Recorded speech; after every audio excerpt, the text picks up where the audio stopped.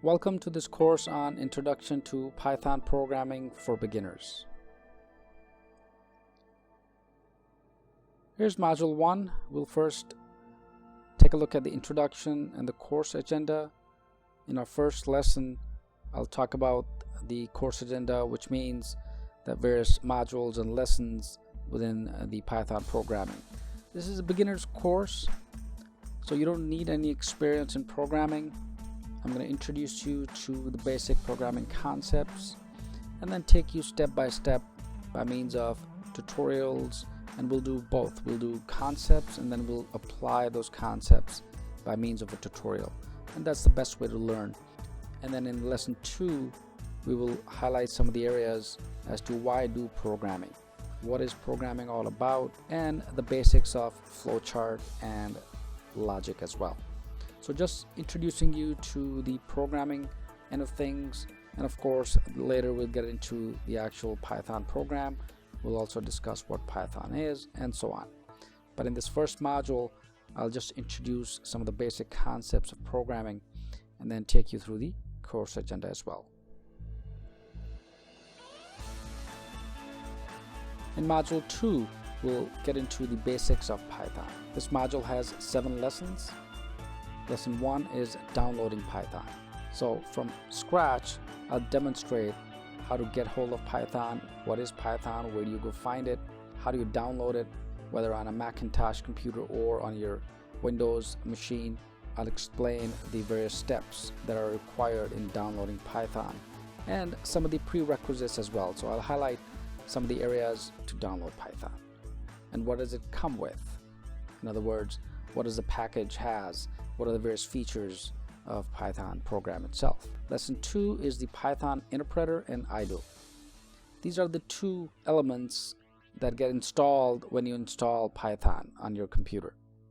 So once the installation is complete, I will demonstrate the use of Python interpreter and then the idle. What these are, what they do, what are the various functions of the interpreter and the idle. Lesson 3 is Python expressions. This is where we'll get into some of the language elements of Python. I'll just give you the flavor of what Python expressions are. Lesson 4 are Python strings. So for instance, if you need to write some text within the program, how do you go about doing it? What does it look like? What does it do? And why do we do this? And explain in lesson 4. And lesson 5 is getting input.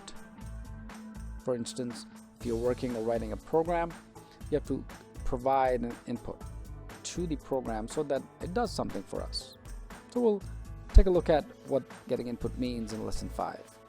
In lesson 6, it's all about reading and writing files. Fetch a file from the computer and open it, for example, and other features will be covered within this lesson.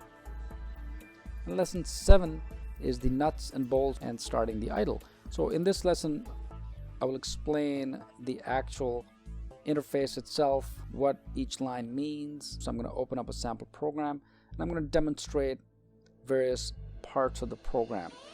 For instance, there may be certain code that may be in different color, for example, or that performs a certain function. So I'll explain to you what those elements are so you get familiar with the interface itself, which is called the idle within the Python. So module 2 overall, you'll be familiar with the basics of Python before you can actually start getting into and start coding or programming within the Python language. Module 3 is integer arithmetic, has 3 lessons. So lesson 1 is creating your first program. So in the previous module, we would have covered the basics of Python. In the first lesson in this module, we'll take a look at how to create our first program. A simple program, just so that you get a flavor and understanding of how to write a simple program in Python. Lesson 2 is placing comments in code. So in this lesson, I'll demonstrate line by line how to place comments within your code. In other words, these comments are simply that tells the programmer or another user or a person taking a look at your program or your code as to understand what you're actually about to do within your program. So these are just like placing comments and you do the same within your Word document. For example, if you're using a word processing program, you place comments for other users so they can understand your code better. Lesson 3 is Introduction to Strings. We'll get into more into strings, how to use strings within your Python program. Module 4 is Functions and Variables. So moving forward in this module, which has 4 lessons, the first lesson is what are functions. So we'll define what functions are, what do they do, how do they store values, what's the purpose of a function, why do we need them within the Python language programming. Lesson 2 is the print function, by far the most common function. So for example, if you tell a program to do something, then you need to also tell a program to print the output or the results as well. So we'll explore the print function in lesson 2. Lesson 3 and 4 are escape codes and the input function. And once again, these are simply a step forward within our programming as we go about creating a program, and then we enhance our programming, enhance our logic by using the escape codes, and of course the input function, which implies that, for instance, you may want to write a code where you would prompt a user to enter something.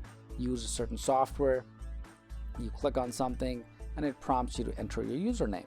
So that's basically the input function behind the scenes. So in module 4, we'll talk about the concept of functions and variables.